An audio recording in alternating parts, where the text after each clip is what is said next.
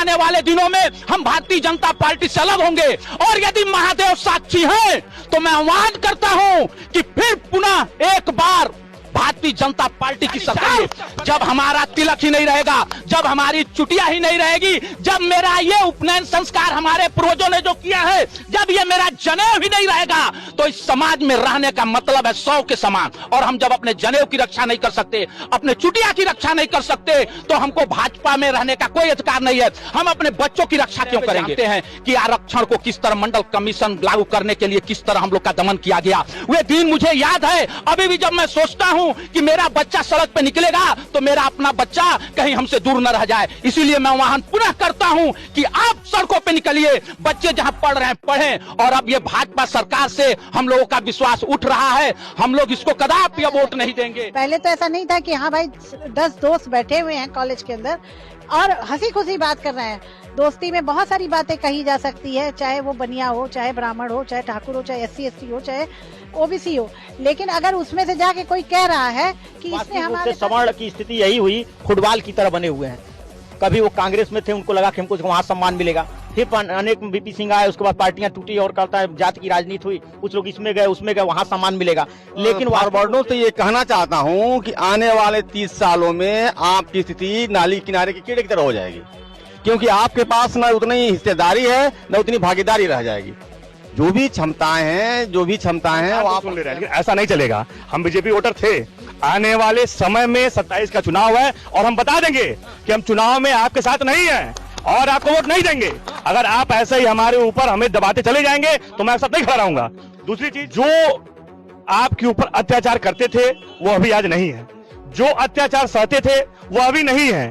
तो यह तमका हमें क्यों, यह सरकार में बतावे, नहीं बताएगी तो इस अगर उनको सरकार चलानी है तो उनको सवर्णों के ऊपर से यह एक्ट हटाना पड़ेगा, क्योंकि इससे हमारे बच्चों के, हमारे आगे आने वाली पीढ़ी का को भी अपना दोस्त बना लेते थे। अब क्या है, पूछना पड़ेगा भाई तुम्हारा नाम क्या है, नाम पूछेंगे तब दोस्त बनाएंगे। क्योंकि अगर नहीं बना, अगर मान लीजिए बना लिए, कुछ बात हो गई तो पता चलेगा कि हमारे ऊपर ही लगा देंगे। तो अब तो ये हो गया है कि हमको वहां पर भी, जहां पे ऐसी जगह थी जहां सब बराबर होते थे, वहां पर भी बांट दिया गया है। समाज है, इनसे बातचीत करते हैं।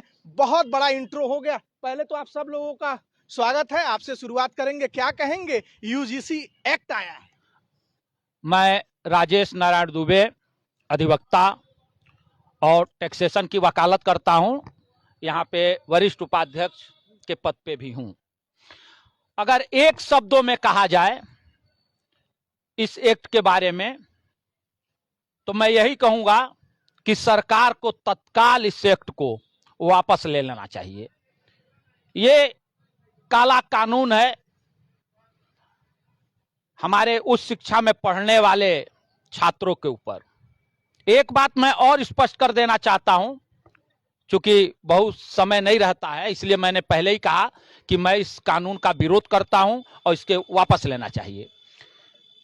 यदि अनुसूचित जनजाति और भी जो OBC के छात्र हैं या उनके समर्थक हैं, अगर वे ये समझते हैं कि ये एक्ट उनके लिए लाभकारी है, तो मैं उनको भी बताना चाहता हूं कि किसी भी सूरत में दोनों पक्षों के लिए हानिकारक हैं।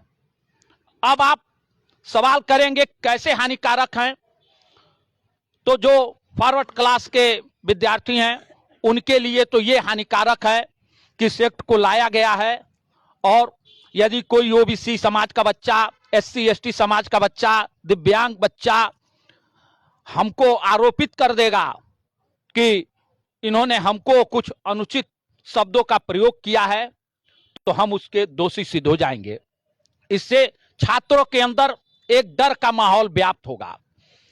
अब दूसरा प्रश्न ये है, मैंने कहा कि OBC के छात्रों और SC ST के छात्रों के लिए क्यों ये उचित नहीं है, तो इस संदर्भ में भी आपको बताना चाहूंगा कि सरकार सिर्फ वोट की राजनीति के लिए इस एक्ट को बनाया है।